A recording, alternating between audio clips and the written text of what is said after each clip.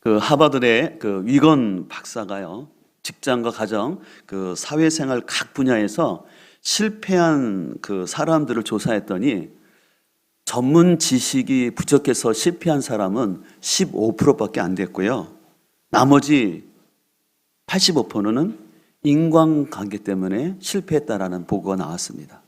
또 그런 차원에서 컬럼비아 대학의 MBA 과정에 있는 CEO들을 상대로 해서 당신이 성공하는데 가장 큰 요인은 무엇이었습니까? 라고 했을 때 85%가 원만한 인간관계였다라고 대답을 합니다. 아마 많은 사람들은 인간관계가 너무 중요하다는 것을 잘 아실 것입니다. 근데 문제는 우리가 직장과 가정생활, 특별히 교회 안에서도 이런 인간관계가 쉽지 않다는 것이 우리의 문제이지요.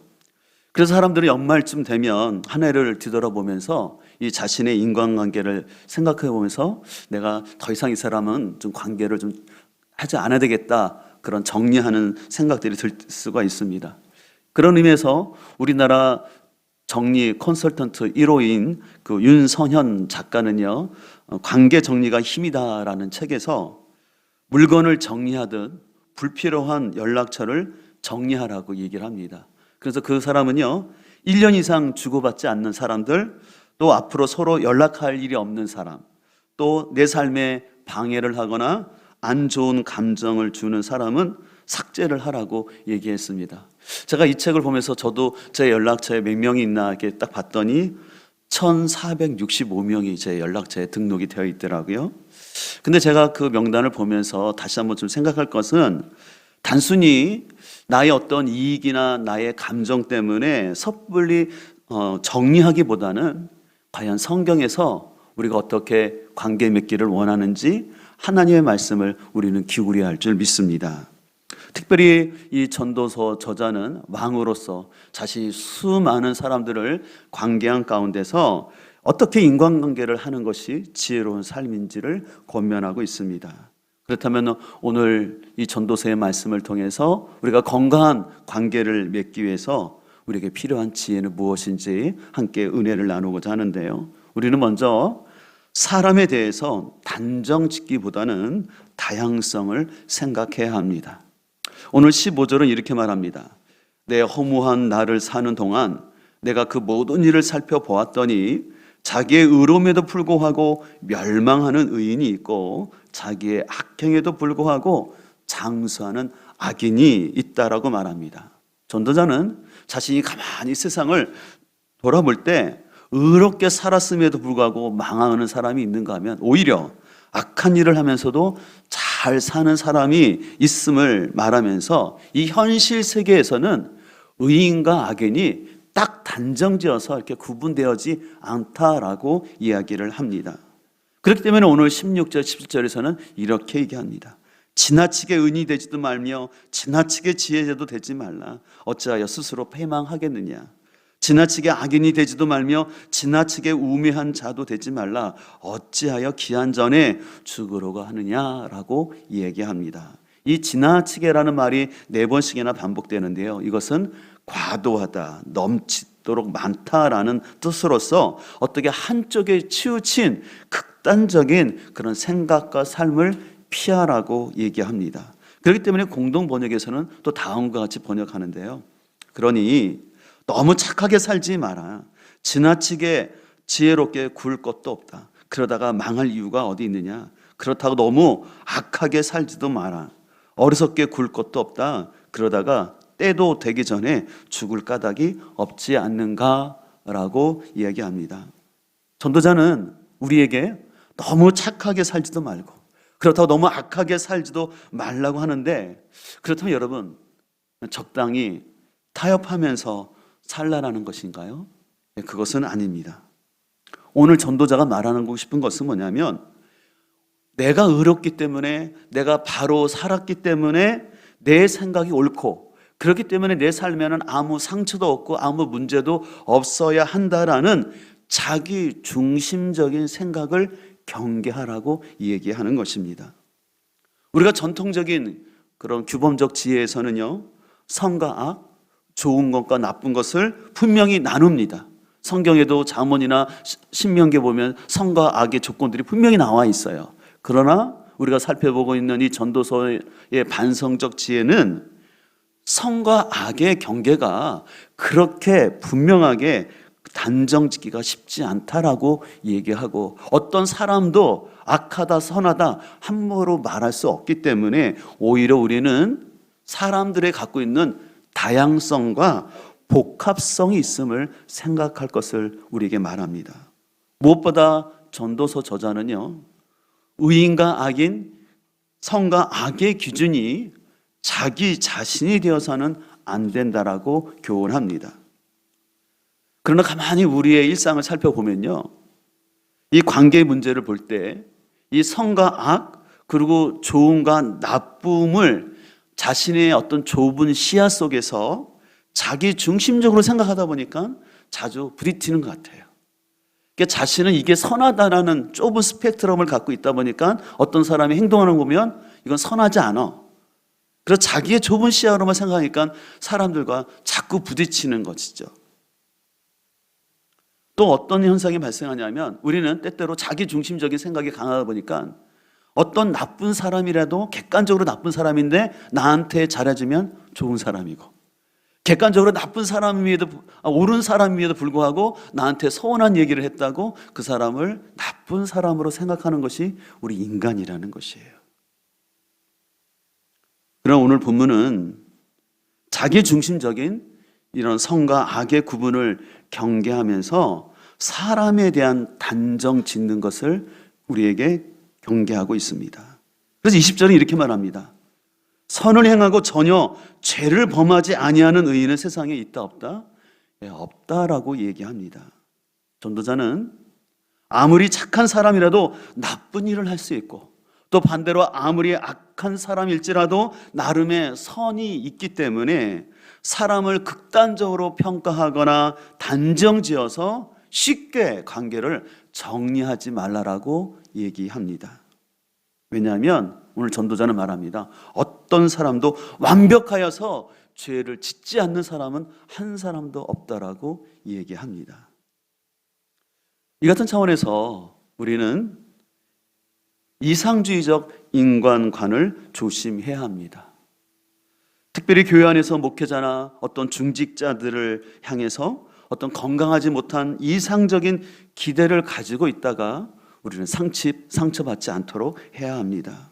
왜냐하면 목회자도 중직자도 사람인데, 그리고 사람이기 때문에 연약함이 있는데 어떤 천사와 같은 존재로 비현실적인 기대를 하고 있다가 때때로 그 안에서 사람들이 상처받고 실망하는 것을 볼 수 있습니다. 그런 의미에서 고 옥하는 목사님은 평신도를 깨운다라는 책에서 다음과 같이 얘기하고 있습니다. 지상의 교회는 절대로 안전하지 않다. 이상론에 젖은 사람은 무엇인가 자기 표준에 미치지 못하면 히스테리성 반응을 보이는 경향이 있다. 이상론은 부족한 것, 약한 것, 어떤 경우에는 조금 악하게 보이는 것을 포용하려는 관용을 보이기보다는 항상 완벽할 것을 요구하기 때문이다. 그래서 목사에게 약간의 냄새만 나도 깜짝 놀라고, 교회에서 그렇게 대수롭지 않은 사건을 보아도 무슨 지진이라도 난 것처럼 소스라친다라고 얘기를 하는데, 이 책을 읽으면서 많은 공감이 가는 내용이었습니다. 우리는 관계 안에서, 특별히 지도자의 관계 속에서 자신의 어떤 기준을 정해놓고 그 기준에서 벗어나면 우리는 때때로 상처를 받는데, 가만히 보면 우리가 상처 주는 것도 문제지만 상처를 잘 받는 것도 자기 문제라는 것들 여러분 많이 알지 있지 않습니까? 똑같은 상황인데도 어떤 사람은 전혀 상처가 안 되는데 어떤 사람은 너무 상처를 잘 받아요. 그럴 때 우리는 그것은 다른 사람의 문제가 아니라 이건 내 문제일 수 있구나라는 거 성찰하는 것이 필요한 것이죠. 그렇기 때문에 잠언 오늘 본문 18절은 이렇게 말합니다. 너는 이것도 잡으며 저것에서도 내 손을 놓지 않은 것이 좋다라고 말합니다.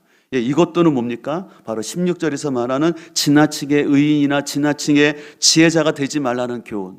그리고 저것도는 뭐냐면 17절에서 말하고 있는 지나치게 악인이나 우매자가 되지 말라는 그 교훈을 얘기하고 있습니다. 다시 말해서 전도자는요, 자기의 기준에 따라서 상대방을 단정 짓지 말라는 거예요. 저 사람은 악한 사람이다. 저 사람은 지혜자다. 저 사람은 좋은 사람이다라는 그 단정을 자기가 갖지 말라는 거예요.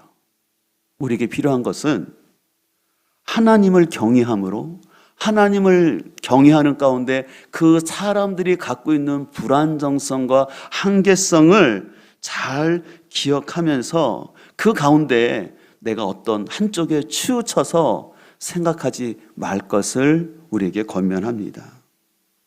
그럼 왜 그렇습니까? 하나님의 기준에서 볼 때 예수님의 은혜가 필요 없는 절대적 의인은 없기 때문에 그렇습니다. 또 하나님의 은혜 안에서 용서받지 못할 절대적 악인도 없다라는 것이 우리 기독교의 관점입니다. 이상과 같은 말씀을 통해서 우리는 관계 속에서 나의 기준으로 타인을 단정 짓지 말고 사람이 갖고 있는 다양성과 복합성, 무엇보다 회복의 가능성을 기대하면서 우리가 계속해서 건강한 관계 맺기를 소망합니다. 그래서 우리 안에 이런 주님의 시각이 필요한 거예요.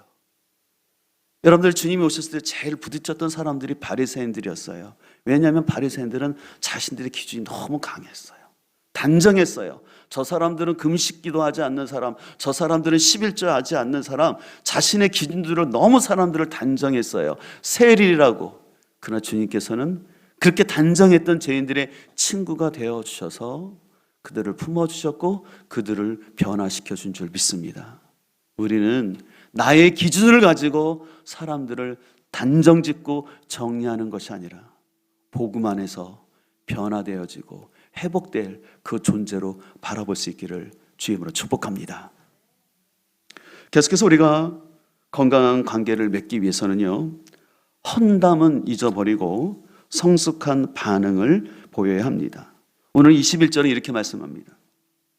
또한 사람들이 하는 모든 말에 내 마음을 두지 말라. 그리하면 내 종이 너를 저주하는 것을 듣지 아니하리라 얘기하는데요. 세 번역에 또 이렇게 좀 더 쉽게 얘기합니다. 남들이 하는 말에 마음을 쓰지 말라고 얘기합니다. 자칫하다가는 내 종이 너를 욕하는 것까지 듣게 된다라고 말씀합니다. 전도자는요, 이 세상 가운데 실수하지 않는 의인은 없기 때문에 타인이 너에게 나쁜 말을 한다고 해서 그래서 너무 그 말에 신경 쓰지 말고 너무 마음에 담아두지 말라라고 얘기합니다. 심지어는 아랫사람이 너를 욕하는 말을 들은다 할지라도 너무나게 예민하게 반응하지 말라라고 얘기합니다. 여러분, 이 말이 참 공감이 가지 않습니까? 우리가 인간관계를 하다 보면, 특별히 직장생활 하다 보면은요, 좀 인간관계 속에서 특별히 아랫사람이 우리 흔히 말하는 뒷담화라고 하지 않습니까? 나를 이렇게 뒤에서 안 좋게 얘기하는 데 들으면 굉장히 기분이 상해지고 또 그것이 해결이 잘 안 되면 관계가 이제 끊어지는 경우도 종종 있는 것을 볼 수가 있습니다. 그래서 우리는 어떻게 보면 아랫사람이라는 표현이 그렇지만 내가 믿었던 사람이 자신을 험담하는 말을 들었을 때 어떻게 나한테 그럴 수 있어? 라고 우리는 대부분 많이 생각을 하는데, 하지만 나한테 어떻게 그럴 수 있어?가 아니라 우리 구주 예수님도 수많은 비난과 오해를 받으셨는데 그럴 수도 있지 라는 반응을 우리 마음속에 준비해야 될 줄 믿습니다. 한번 따라 할까요? 어떻게 나한테 그럴 수 있어? 감정을 실어야 되는데요. 그렇게 하지 마시고 그럴 수도 있지. 한번 고개를 끄덕이면서 해볼까요? 그럴 수도 있지. 예, 우리는 서로 향해서 그럴 수도 있지라고 우리가 지나갈 수 있기를 소망합니다. 이건 왜 그럴까요? 가만히 제가 성경을 보면요, 사람은요 에덴 동산부터요 인간은 남을 험담하고 남 탓하는 게 인간이에요. 여러분 아시죠? 하와는 자신이 분명히 선악과를 따먹고도 뱀에게 뭐라 그랬고, 또 아담은 저 하와 때문에 그렇다고, 사람은요 자기 책임을 안 지고 남 탓하고 남 비난하는 게 사람의 어떤 DNA 속에 있는 것 같아요. 그래서 22절은 이렇게 말합니다. 너 또한 남을 욕한 일이 많다라는 것을 너 스스로 잘 알고 있다. 네, 전도자가 아주 콕 집으는, 우리가 뼈 때리는 얘기를 하죠. 너는 안 그렇니? 너도 다른 사람 험담하고 욕하지 않았니? 그러놓고는 왜 넌 다른 사람이 욕한 것 같고 그렇게 못 견뎌하고 세상에 난리칠 것처럼 그렇게 하지 말라라고 이야기합니다. 그래서 전도자는, 사람은 본래 다른 사람을 험담하는 습관적인 버릇이 있기 때문에 다른 사람이 하는 말에 너무 거기다 신경 쓰지 말라라는 거예요. 왜냐하면 그들이 제대로 알지도 못하면서 하는 말인데, 내가 그런 사람의 말에 기분 들어서 기분 나쁘고 거기에 좌우된다면 자기 손해이기 때문에 그렇습니다. 여러분, 그런 말 있지 않습니까? 우스운 말로 그 세 사람이 커피를 마시면 화장실을 못 간대요. 그거 아시죠? 내가 화장실 간 사이에 두 사람이 내 욕할까 봐. 그래서 그건 농담이겠지만 어떤 사람은 기저귀를 차고 간다고. 오죽하면 사람들 관계에서 이런 일이 있을까 생각을 해보게 됩니다. 그렇기 때문에 오늘 전도서 저자는 16절에서 지나치게 의인이 되지도 지나치게 지혜자가 되지도 말라고 말합니다. 왜냐하면 내가 지나치게 의롭고 또 내가 지나치게 선함과 지나친 정의를 생각하는 사람은요, 자기도 모르게 율법주의에 빠져서 굉장히 사람들을 자신이 모르게 판단하고 그것 때문에 오히려 관계가 많이 힘들어지는 것을 볼 수가 있어요. 자신이 옳다라는 그 기준이 너무 강한 거예요. 그래서 거기에 벗어나면 어떻게 목사님이 저럴 수 있어? 어떻게 장로님이 저럴 수 있어? 어떻게 권사님이 저럴 수 있어? 라는 그런 생각 때문에 인해서 오히려 자신의 여러 가지 관계나 신앙이 어려워질 수 있다는 것을 성경은 우리에게 말씀하고 있습니다. 기독교 세가가는요, 인간을 결코 선하게 보지 않습니다. 그 이유는 인간을 정죄하려는 것이 아니라 인간의 연약함과 한계를 너무나 잘 알기 때문에 그렇습니다. 여러분 알다시피 다윗과 같은 그 위대한 왕도 성적인 범죄를 저질렀을 뿐만 아니라 살인 교사를 시킨 왕 아닙니까? 위대한 모세 그 역시도 그 혈기를 참지 못하고 분노함으로 인하여 결국은 가나안 땅에 들어가지 못했습니다. 여러분 신약에 나오는 베드로와 바울 어떻습니까? 베드로도 굉장히 성격이 급했던 다혈질적인 사람이었고 바울 역시도 여러 가지 대적자들과의 관계 속에서 많은 연약함이 있었던 것을 우리는 알 수 있습니다. 저는 개인적으로 성경을 보면서 특별히 전도서 같은 말씀을 보면서 감사한 것은 우리에게 완벽한 도덕적 수양과 어떤 높은 고지에 오르라고 하지 않아서 너무 감사해요. 그렇기 때문에 우리가 성경을 알아가면 알아갈수록 우리는 영적인 강박증이나 완벽주의에서 벗어날 수가 있어요. 근데 성경을 한쪽으로만 보는 사람들이 있어요. 성경을 유교적 관점으로 보는 사람들이 있어요. 그런 사람은요, 성경을 도덕 교과서처럼 생각하고 자신도 도덕적이고 윤리적으로 살아가려고 애씁니다. 나쁜 건 아니에요. 근데 그 그리스도의 복음을 모르는 상태에서 윤리가 그 사람 속에, 도덕이 그 사람에 들어가면요, 신앙생활을 예수 그리스도 안에 있는 복음의 은혜 안에 살아가는 것이 아니라 여전히 나의 의의를 가지고 도덕주의적인 기독교를 만들어가요. 그런 의미에서 전도서 9장 2절은 이렇게 말합니다. 모두가 같은 운명을 타고났다. 의인이나 악인이나 착한 사람이나 나쁜 사람이나 깨끗한 사람이나 더러운 사람이나 제사를 드리는 사람이나 드리지 않는 사람이나 다 같은 운명을 타고났다. 여기서 제사를 드린다는 것은 예배를 드리는 사람이나 그렇지 않는 사람이나 다 같이 죽는 운명이라는 거죠. 착한 사람이라고 해서 죄인보다 나을 것이 없고 맹세한 사람이라고 해서 맹세하기를 두려워하는 사람보다 나을 것이 없다라고 말하면서 오늘 전도서 저자는요, 인간이 갖고 있는 한계성과 양면성을 분명히 얘기합니다. 어떤 사람도 악인이 없고 어떤 사람도 의인이 없고 어떤 사람도 온 일생 동안 선하지 않을 수 없다라는 것이에요. 그렇기 때문에 오늘 전도서는 우리가 갖고 있는 규범적인 틀을 넘어서 우리의 삶 속에는 예외적인 상황도 늘 있다라는 것을, 그리고 어떤 사람도 완벽하거나 문제없는 사람이 없다라는 것을 얘기합니다. 그렇기 때문에 우리가 관계를 맺을 때 어떤 사람이 나를 서운해하게 하고 나에게 험담을 했다고 해서 내가 그 관계를 바로 정리하는 것은 지혜롭지 못하다라고 오늘 전도서는 얘기합니다. 이런 차원에서 특별히 여러분들 지난주 우리 전도서 10장 4절 말씀은 우리가 어떻게 인간관계를 해야 될지에 대한 귀한 지혜의 말씀이었습니다. 주권자가 내게 분을 일으키거든 너는 내 자리를 떠나지 말라. 공손함이 큰 허물을 용서받게 하느니라고 말하고 있는데요. 그래서 이 떠나지라는 단어는요, 조용히 놓아두다, 허락하다라는 뜻으로 써요. 주권자는요, 버럭 화를 낼 수 있는 위치에 있다는 것이에요. 그래서 그 주권자가 화를 내는 것을 인정하고 중요한 것은 뭐냐면 내가 그 상황 속에서 침착하게 반응을 보이라는 것입니다. 그렇게 하면 지도자도 사람인 거기 때문에 나중에 자기가 버럭 화를 낸 것을 자기가 알아요. 잘못한 걸 안다라는 거죠. 자, 그랬을 때 침착하고 공손하게 반응을 보인 그 부하를 생각했을 때 저 사람이 그때 내 화를 잘 이해하고 괜찮구나라고 그 사람이 나중에 잘못했을 때 오히려 그 잘못을 덮어줄 수 있다는 것입니다.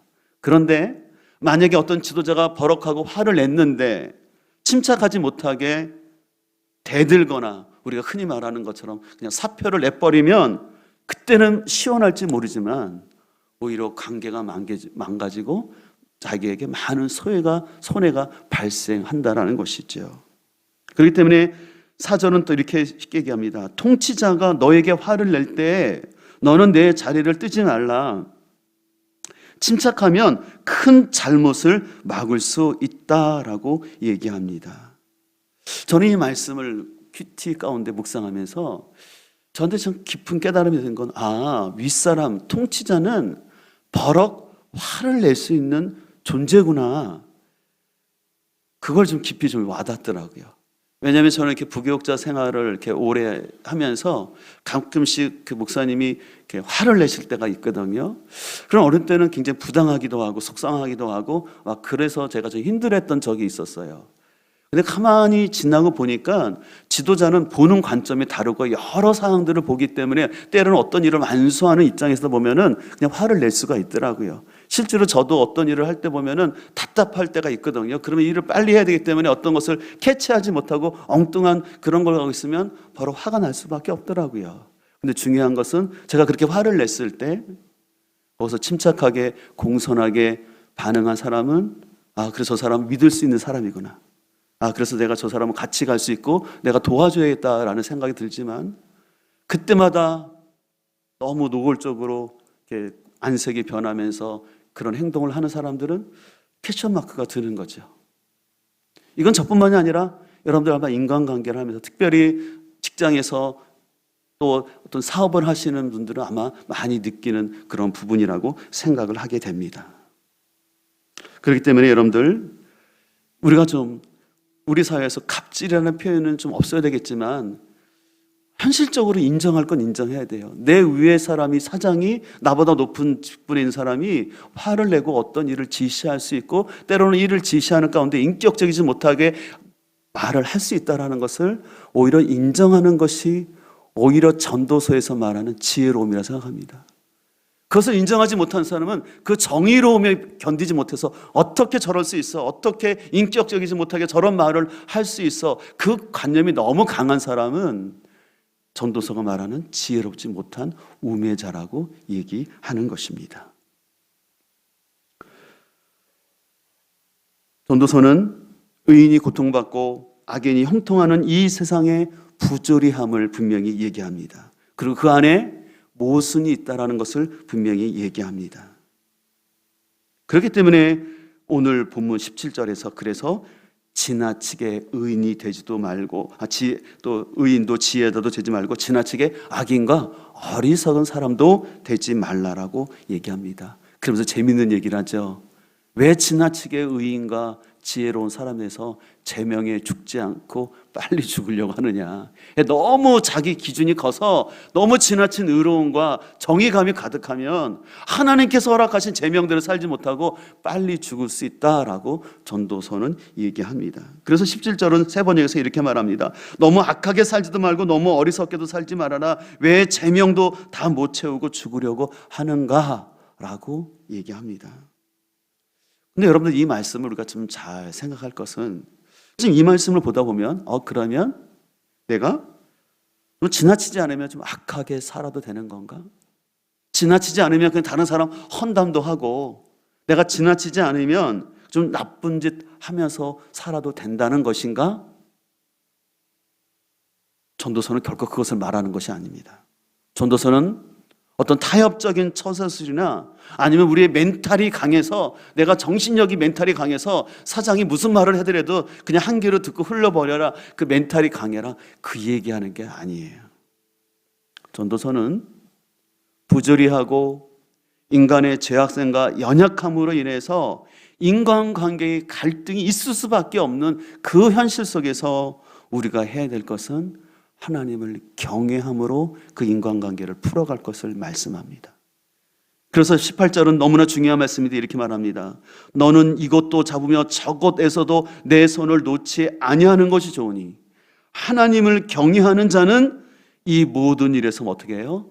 벗어날 것이다 라고 얘기하면서 하나님 경외를 강조합니다.